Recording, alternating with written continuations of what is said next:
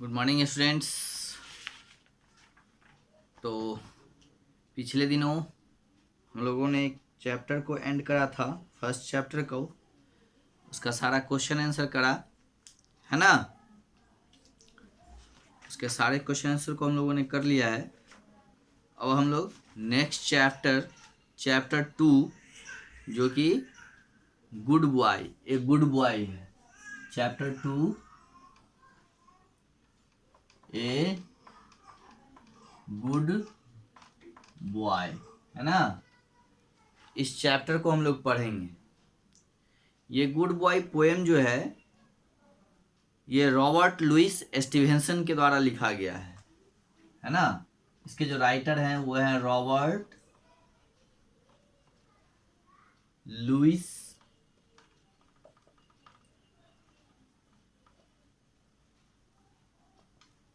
Stevenson. ठीक है, तो हम लोग पहले इनके बारे में जानते हैं। जिन्होंने पोएम लिखा है कि ये पोएम जो है एक good boy is written by Robert Louis Stevenson. ठीक है, तो Robert Louis Stevenson was a Scottish poet, easiest travel writer and novelist. He was born in Edinburgh on 13 November 1850. His most notable works are Treasure Island, Kidnap, A Strange Case of Dr. Jekyll, and Mr. Hyde and A Child's Garden of Verse.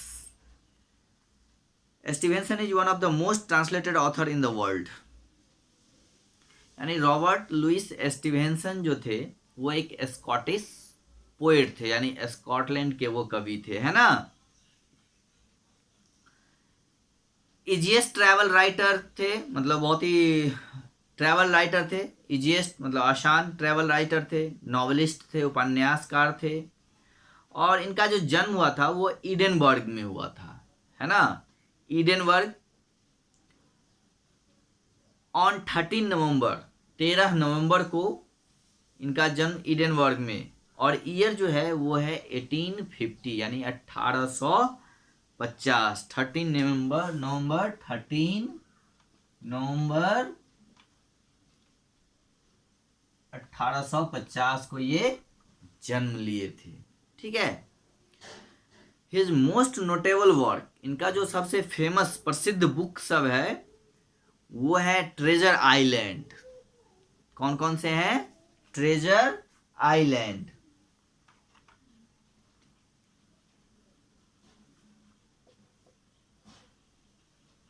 एक book ये है treasure island जो कि बहुत ही famous book है।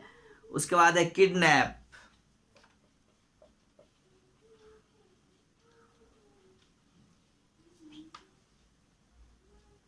ठीक है, kidnap है। और strange case of doctor Jekyll and mister Hyde and a child's garden of verse, ये सब बुक जो है इनके बहुत ही काफ़ी प्रसिद्ध बुक हैं। तो दो का मैंने नाम लिखा, अब बाकी आप अपने बुक में देखिए। फर्स्ट जो है ट्रेजर आइलैंड है, सेकंड किडनैप है, थर्ड जो है वो है strange case of doctor Jekyll and mister Hyde. उसके बाद नेक्स्ट है a child's garden of verse, है ना। तो ये सब इनके जो हैं वो बहुत ही पॉपुलर नोटेबल यानी प्रसिद्ध बुक में से हैं। और स्टीवेंसन जो है दुनिया के सबसे most translated author in the world है, यानी ये अनुवादित राइटर हैं। और पोएम, जैसा कि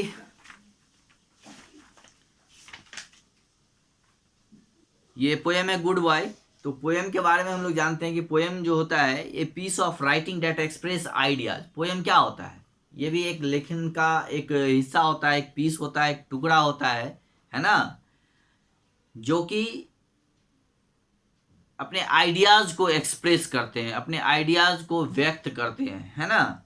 और अपनी भावनाओं को, इमोशंस एंड आइडियाज को एक्सप्रेस करना, यानी किसी के सामने अपनी बातों को, अपनी भावनाओं को रखना, व्यक्त करना, है ना, एक्सप्रेस करना, है ना, ये होता है।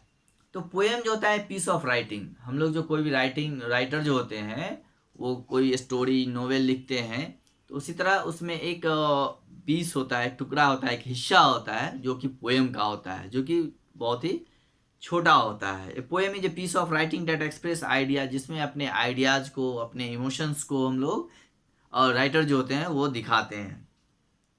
और पोएम जो होते हैं emotion in a very imaginative manner, और अपनी भावनाओं को, अपनी आइडियाज़ को बहुत ही काल्पनिक रूप से इमेजिनेटिव मैनर में दिखाते हैं। मतलब कल्पना कर करके उस चीज़ को, किसी भी चीज़ को, किसी भी मैटर पे, किसी भी आइडियाज़ को या अपनी भावनाओं को कल्पना में उसको परिवर्तित कर के उसको लोगों के सामने एक्सप्रेस करते हैं। The words are placed in separate lines, है ना, उसको अलग अलग शब्दों, द वर्ड्स जो होते हैं उसको अलग अलग सेपरेट लाइन में, अलग अलग लाइन में रखते हैं, usually with A repeated rhythm. और उनके जो वर्ड्स होते हैं पोएम के, वो रिपीटेड रिदम होते हैं, यानी उनका जो लय होता है बोलने का, है ना, वो रिपीटेड होता है। यानी आप देखेंगे पोएम जब हम लोग कोई भी पढ़ते हैं तो उसका एक लाइन का से दूसरे लाइन का जो दूसरा लाइन जो होता है, फर्स्ट एक लाइन और दूसरा लाइन, उसमें जितने भी, मतलब कहने का जितना भी लाइन होता है वो सारे लाइन का रिदम, लय जो होता है एक जैसा होगा। आप जब पढ़ेंगे तो उसके लास्ट वाले जितने भी वर्ड्स होते हैं ऑलमोस्ट सबके साउंड आपको मिलते जुलते एक जैसे दिखेंगे, है ना। तो वो रिपीटेड रिदम होता है ना, यानी आपको उसका रिदम जो है, लय जो है, आपको हर लाइन में एक जैसा मिलेगा, यानी उसका हर लाइन का वर्ड जो है उसका साउंड जो होगा वो सेम होगा, एक जैसा होगा, ठीक है। तो उस पोएम में जो होते हैं इस तरह के वर्ड्स को चूज किए जाते हैं ताकि पोएम्स को पढ़ने में, सुनने में अच्छा लगे। तो usually with a repeated rhythm and are chosen for the sound and image they suggest. तो उस तरह का वो साउंड वाला वर्ड्स जो है वो चूज करते हैं, पोएम में डालते हैं, ताकि सारे लाइंस का साउंड जो है वो एक दूसरे से मिलता हो, सेम हो, एक जैसा हो, है ना। तो ये पोएम होता है। तो पोएम में जो है हम लोग अपने आइडियाज़ को, अपने इमोशंस को जो है उसको इमेजिनेटिव मैनर में हम लोग रखते हैं, और पोएम में ऐसे शब्दों का चुनाव करते हैं, ऐसे वर्ड्स लेते हैं राइटर्स कि सबका रिदम जो है रिपीट करता है, सबका साउंड जो है वो एक जैसा होता है। हम जब भी उसका एक एक लाइन पढ़ते जाएंगे सबका मतलब जो है साउंड आपको एक जैसा नज़र आता है ना, आपको एक जैसा सुनने में लगेगा। तो इससे पोएम की जो है वो खूबसूरती बढ़ती है और पोएम पढ़ने में, सुनने में अच्छा लगता है। A good boy is one of the poems from the book called a child's garden of words. ये जो ए गुड बॉय, ये जो पोएम लिया गया है, तो रॉबर्ट लुइस स्टीवेंसन का मैंने जितना भी वर्क बताया, जैसे ट्रेजर्स आइलैंड, किडनैप, है ना, और भी बहुत सारे उनके प्रसिद्ध काम हैं, प्रसिद्ध वर्क हैं, फिर नोटेबल जो है वर्क है। तो उसमें एक वर्क है a child garden of words, a child garden of words, वहीं से इस पोएम को लिया गया है। This collection of 65 poems was the first publish in 1885, है ना। यानी वो जो बुक है a child's garden of verses, इस बुक में 65 पोएम्स हैं, है ना। और ये बुक सबसे पहले 1885 में पब्लिश्ड हुआ था, यानी 1885 में पब्लिश हुआ था यानी प्रकाशित हुआ था। इसमें और भी बहुत सारे पोएम हैं जिसको हम लोग पढ़ेंगे, ठीक है। अब ये जो पोएम है,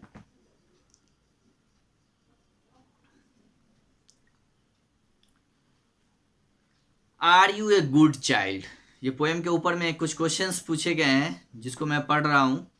are you a good child, क्या आप एक अच्छे बच्चे हैं।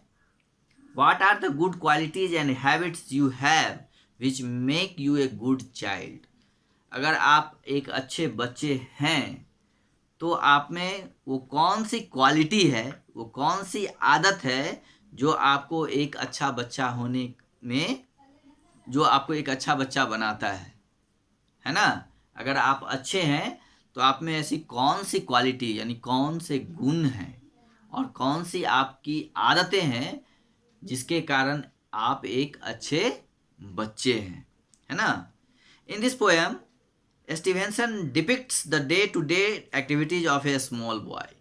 इसमें पोएम में जो है, इस पोएम में जो है पोएट जो है वो मतलब डे टू डे एक्टिविटीज जो है एक छोटे बच्चे का, जो स्मॉल बॉय है उसका जो एक्टिविटी है उसके बारे में बताया है।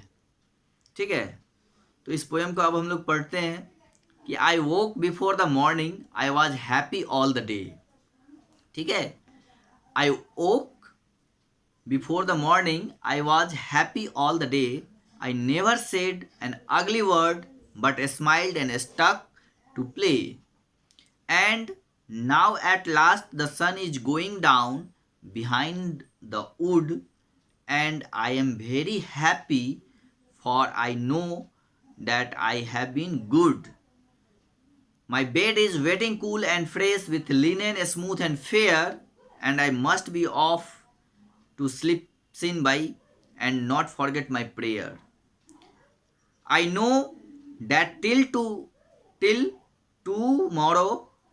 tomorrow I shall see the sun arise. No ugly dream shall fright my mind, no ugly sight my eyes. But slumber holds me tightly till I waken in the dawn and hear the thrushes singing in the lilacs round the lawn. है ना। तो ये एक poem है जिसमें एक बच्चा है ना, वो बोलता है कि I woke before the morning I was happy all the day, I never said an ugly word but smiled and stuck to play. कहता है कि मैं सुबह होने से पहले जग जाता हूँ, है ना। आई वोक बिफोर द मॉर्निंग यानी सुबह होने से पहले ही जल्दी मतलब जग जाता हूँ। आई was happy all the day, और मैं पूरे दिन खुश रहता हूँ। आई was happy all the day, I never said an ugly word, but a smile stuck to play. और मैंने कभी भी अगली वर्ड्स का यूज नहीं किया है। अगली का मतलब होता है बदसूरत वर्ड, है ना, बेकार वर्ड, गलत वर्ड्स जो होते हैं, जो सुनने में अच्छे नहीं लगते हैं, है ना। तो ये जो है इस पोएम में जो चाइल्ड है वो बोलते हैं कि आई never said an ugly word, मैंने कभी भी बदसूरत वर्ड का, बेकार वर्ड्स का, गलत वर्ड्स का यूज नहीं करा, but smiled and stuck to play, लेकिन मैं मुस्कुराया और खेलने के लिए अटक गया, रुक गया। And now at last the sun is going down behind the wood and I am very happy, for I know that I have been good. अब बोल रहे हैं कि अब जो है सूर्य जो है वो गोइंग डाउन यानी वो नीचे की तरफ जा रहे हैं, यानी डूब रहे हैं, और वो पेड़ों के पीछे, जंगलों के पीछे, है ना, बिहाइंड द वुड यानी जंगलों के पीछे, लकड़ियों के पीछे जो है वो जा रहे हैं। And I am very happy, और मैं बहुत खुश हूँ। For I know that I have been good, इसलिए खुश हूँ कि मैं जानता हूँ कि मैं एक अच्छा लड़का रहा हूँ, है ना। I have been good. My bed is waiting cool and fresh with linen smooth and fair, and I must be off to sleep in by and not forget my prayer. अब वो बोल रहे हैं कि now my bed is waiting cool, है ना, मेरा जो बेड है यानी बिस्तर है वो वेटिंग कर रहा है, बहुत ही कूल है, फ्रेश है ना, और वो लिनन का है यानी मखमली है, स्मूथ है, चिकना है, फेयर है ना। एंड करा के I must be off to sleep sin by and not forget my prayer. अब मुझे अपने नींद को छोड़ करके अपने प्रेयर्स को यानी अपनी प्रार्थना को जो है, प्रेयर जो है उसको नहीं भूलना चाहिए। पहले सोने से पहले जो है प्रेयर को करना चाहिए। And I must be off to sleep sin by and not forget my prayer, यानी सोने से पहले प्रेयर करना नहीं भूलना चाहिए। And not forget my prayer, हमें अपना प्रेयर नहीं भूलना चाहिए। ये उस पोएम में जो चाइल्ड हैं, स्मॉल चाइल्ड हैं, स्मॉल बॉय हैं, वो बोल रहे हैं। ठीक है, I know that till tomorrow I shall see the sun arise, है ना। No ugly dream shall fright my mind, no ugly sight my eyes, है ना, कह रहा है कि आई नो डैट, मैं जानता हूँ कि टिल टुमारो, कल तक जो है, जब तक सूरज निकलेंगे, आई shall see the sun rise, मतलब जब तक मैं सूरज को देखूंगा तो तब तक जो है, no ugly dream shall fright my mind, है ना, वो हमारे नींदों में सपनों में कोई भी डरावना चीज, भयानक चीज नहीं आएंगे, न ही मेरे आंखों में कोई ऐसा साइट आएगा, अगली साइट, मतलब बदसूरत साइट, बेकार दृश्य, कोई ऐसा सीन, है ना, जो मुझे डरा जाए, है ना। इसलिए वो प्रेयर करके सोना चाहता है ना, बिना प्रेयर किए हुए नहीं सोना चाहता है, प्रेयर करके सोना चाहता है, जिसके कारण वो जब अगली सुबह तक उठे, जब अगली सुबह सूरज को देखे, तब तक उस रात में जो है उसके सपनों में कोई भी डरावना चीज या गलत सीन जो है, दृश्य जो है, नहीं आए उसकी आंखों में।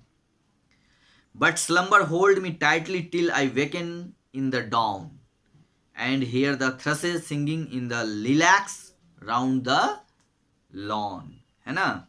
खड़ा बट स्लम्बर, SLUMBER, यहाँ पे एक वर्ड, न्यू वर्ड्स यूज किया गया है, SLUMBER, इट मीन्स होता है स्लिप, कहता है लेकिन अब नींद जो है मुझे वो होल्ड मी टाइटली, मतलब कस के पकड़ चुका है, till I wake in the down, जब तक मैं सुबह कल उठूंगा तब तक ये मुझे जकड़ के पकड़ के रखा है। And here the thrushes singing in the lilacs round the lawn, है ना, और ऐसा मतलब जो है, एंड हियर, अब जो है सुबह में जो है हियर द थ्रसेस सिंगिंग, यानी थ्रसेस यहाँ पे THRUSHES एक वर्ड है जिसका मतलब होता है a large bush, A brown singing bird with A spotted chest, यानी एक ऐसा पक्षी जो ब्राउन है और गाने वाला है ना, ब्राउन सिंगिंग बर्ड है जिसके चेस्ट पे स्पॉट है, यानी धब्बा है ना, तो उसकी आवाज़ जो है सुबह में सुनाई देती है लॉन के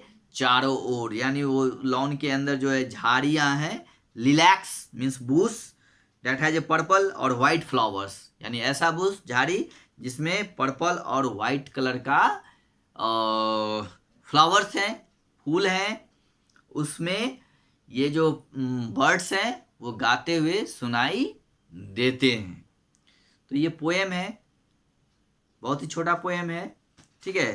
तो इस तरह से हम लोगों ने देखा इस पोएम को, और ये पोएम अंत हो गया, यानी समाप्त हो गया, इतना ही छोटा है। तो इसको मैं एक बार फिर से रिवाइज कर दे रहा हूँ कि ये पोएम जो है उसमें एक स्मॉल बॉय हैं, जो एक छोटे लड़के हैं, जो कि बोलते हैं कि मैं हर रोज सुबह होने से पहले जग जाता हूँ और मैं पूरा दिन खुश रहता हूँ, है ना। तो ये एक अच्छे, मतलब गुड बॉय का जो है साइन है। जो अच्छे लड़के होते हैं, गुड बॉय होते हैं, उनकी हैबिट भी अच्छी होती है, गुड होती है, वो सुबह जगते हैं और पूरे दिन खुश रहते हैं, है ना। And I never said an ugly word, और कहते हैं कि मैं कभी भी कोई भी बुरा वर्ड, शब्द, अगली वर्ड, बदसूरत वर्ड, ऐसा शब्द नहीं बोलता हूँ जिससे किसी दूसरे को हानि हो, बुरा लगे, तो ऐसा कभी भी कोई भी वर्ड्स नहीं बोलते हैं, और वो मुस्कुराते हैं और खेलते हैं, है ना। तो इस तरह का वो बोलते हैं। तो एक गुड बॉय का ये सिंबल है, निशानी है कि अच्छे बच्चे जो होते हैं वो कभी झूठ नहीं बोलते हैं, कभी गलत नहीं बोलते हैं, और सुबह जगते हैं और हमेशा खुश रहते हैं, मुस्कुराते हैं, खेलते हैं। And now that last sun the going down behind the woods, अब वो जो बोल रहे थे कि अब जो है सूर्य जो है वो पीछे की ओर जा रहा है, डाउन जा रहा है, और पेड़ों के पीछे, जंगलों के पीछे जा रहा है, डूब रहा है। And I am very happy, और मैं बहुत ही खुश हूँ, और मैं इसलिए खुश हूँ, मैं जानता हूँ कि मैं अभी तक अच्छा रहा हूँ, मैंने कोई गलत काम नहीं करा, मैंने कभी कोई गलत वर्ड्स नहीं बोला, है ना, मैंने मुस्कुराया हमेशा। और उसके बाद वो बोलते हैं कि मेरा जो बेड है अब वो इंतज़ार कर रहा है सोने के लिए, वो कूल है, फ्रेश है ना, लिनन का है, यानी मलमल का है ना, और वो बहुत ही स्मूथ है, चिकना है।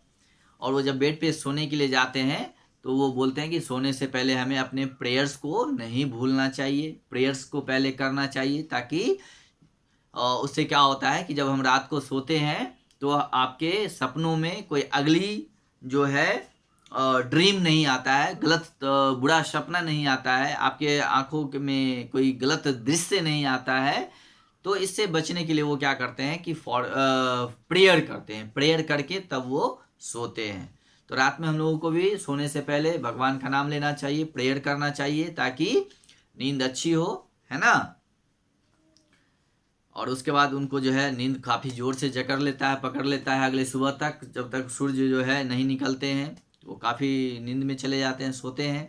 और सुबह होते रहते हैं उनको सुनाई देता है, मतलब जो एक पक्षी होती है वो गाते हुए सुनाई देती है उनके लॉन में, जहाँ पे बहुत सारे पर्पल्स कलर के और वाइट कलर के फ्लावर्स होते हैं। उन फ्लावर्स का वो झाड़ी है, बुश है, उसमें वो गाते हुए जो सिंगिंग वर्ड है, ब्राउन सिंगिंग वर्ड हैं, वो उसमें वो गाते हुए सुनाई देते हैं। तो ये पोएम था, इसको आप लोग रिवाइज करिएगा, इसको एक बार फिर से पढ़िएगा। इसके बाद हम लोग इसको अगली क्लास में कल जो है इसका क्वेश्चन आंसर करेंगे। ओके। और इसमें जो भी वर्ड्स हैं, स्लम्बर्स, थ्रसेस, रिलैक्स, डाउन, या और भी जो आपको नहीं समझ में आता है उसको नोट डाउन करिए, उसको रिमेंबर करिए, उसका स्पेलिंग याद करिए। आपके बुक्स में नीचे मीनिंग भी दिया हुआ है, उसको पढ़िए, है ना। इस पोएम को आप तब तक बार बार पढ़िए, रिवाइज करिए, रीड करिए, खुद से जोर जोर से बोल के पढ़िए, है ना, ताकि आपको भी समझ में आ जाए। तो फिर हम लोग अब नेक्स्ट क्लास में मिलते हैं, ठीक है। तब तक आप इसको रिवाइज करें।